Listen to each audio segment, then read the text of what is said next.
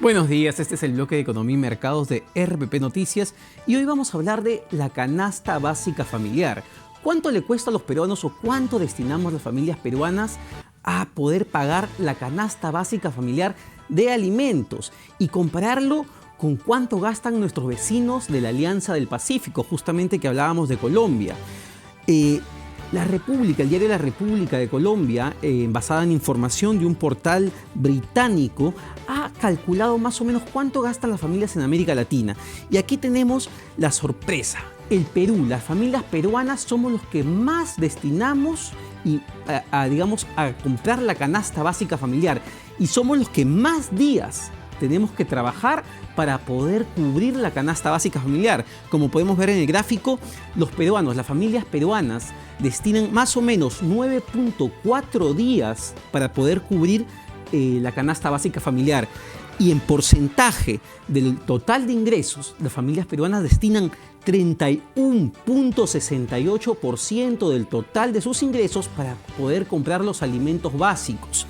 ¿Cuáles son los alimentos básicos? Según esta consultora británica que ha hecho el análisis y el mapeo en América Latina. Bueno, la canasta básica de alimentos debe incluir leche, arroz, pastas, papa, lechuga, tomate y frutas. Eso es más o menos lo que una familia debería consumir. Una familia de 4 personas, y cuando hablamos de ingresos familiares estamos hablando, ingresos mínimos familiares, estamos hablando de que son al menos 2 sueldos mínimos. Entonces, haciendo los cálculos, 2 sueldos mínimos nos debe llevar a 1.700 soles, que es el ingreso familiar. De esos 1.700 soles, más o menos 538 soles van a cubrir la compra de alimentos.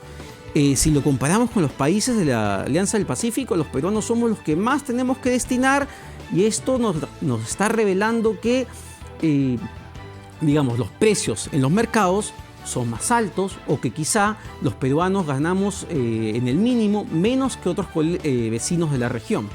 Eso ya es para ser tomado en cuenta. Si bien la inflación no es un problema en este momento, a diferencia de otros países que tienen más complicada la situación como Argentina o Venezuela, sí, el costo de vida en este país es caro, y no nos olvidemos que la inflación siempre ataca a los más pobres. A los más pobres son los que tienen que sufrir más y los que tienen que gastar más en alimentos para poder llevarle, el pan a la casa. Otro tema importante y tema clave, ya hablando un poquito más de macroeconomía, es lo que el ministro de Economía y Finanzas, Alfredo Torne, ha mencionado. Es que la inversión privada se ha caído 6% en el tercer trimestre. No se veía una caída de este nivel más o menos desde la crisis del 2009. El Perú no registraba cifras tan dolorosas en caída de inversión privada desde el 2009. ¿Por qué es importante esto? Porque la inversión privada afecta directamente en las tasas de crecimiento de la economía, y lo que le importa a la gente, afecta en el empleo formal, que es lo que los países deben preocuparse por crear. Ya el empleo formal en Perú, en Lima en particular, ha estado creciendo a tasas muy bajas, casi de 1% en los últimos meses. Y que la inversión privada no termine de recuperarse, y que por el contrario, en el tercer trimestre, es decir, en los primeros 3 meses de este nuevo gobierno, se haya desplomado, haya caído 6%, nos dicen que el empleo, la creación de empleo formal va a seguir frenada por lo menos en los siguientes meses. La expectativa del gobierno es que la inversión privada se recupere el próximo año. ¿Por qué? Porque hay una serie de grandes proyectos de infraestructura. Hablamos de Jorge Chávez, hablamos de la línea 2 del metro, hablamos del aeropuerto de Chinchero, grandes y millonarios proyectos de infraestructura que deberían revertir esta tendencia depresiva que lleva la inversión privada. ¿Cuál es el problema? Que hasta ahora no se destraban.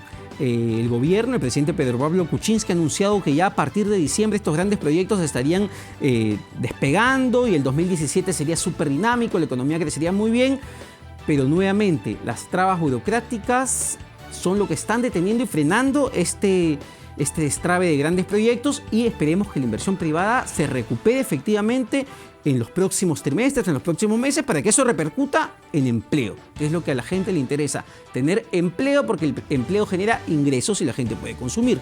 Para ir acabando, el dólar. ¿Qué pasó con el dólar? El dólar mantiene su tendencia a la baja, hoy abierto nuevamente con una caída de 0.15 10%, se está cotizando en el mercado a 3.38 soles.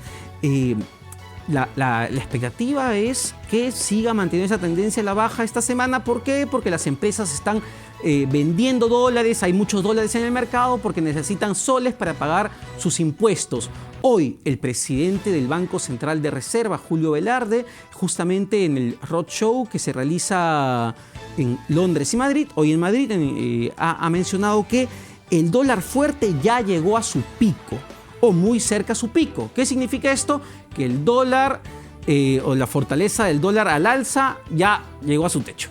Entonces, lo que se podría ver en las siguientes semanas, según lo que dice el propio presidente del Banco Central de Reserva, es que el dólar podría empezar a tener una tendencia a la baja, pero nuevamente es muy complicado predecir qué es lo que va a pasar con el dólar, y justamente el debate que va a haber hoy día entre el candidato Donald Trump y Hillary Clinton puede hasta mover estas expectativas. Bueno, este fue el bloque de Economía y Mercados de RPP Noticias.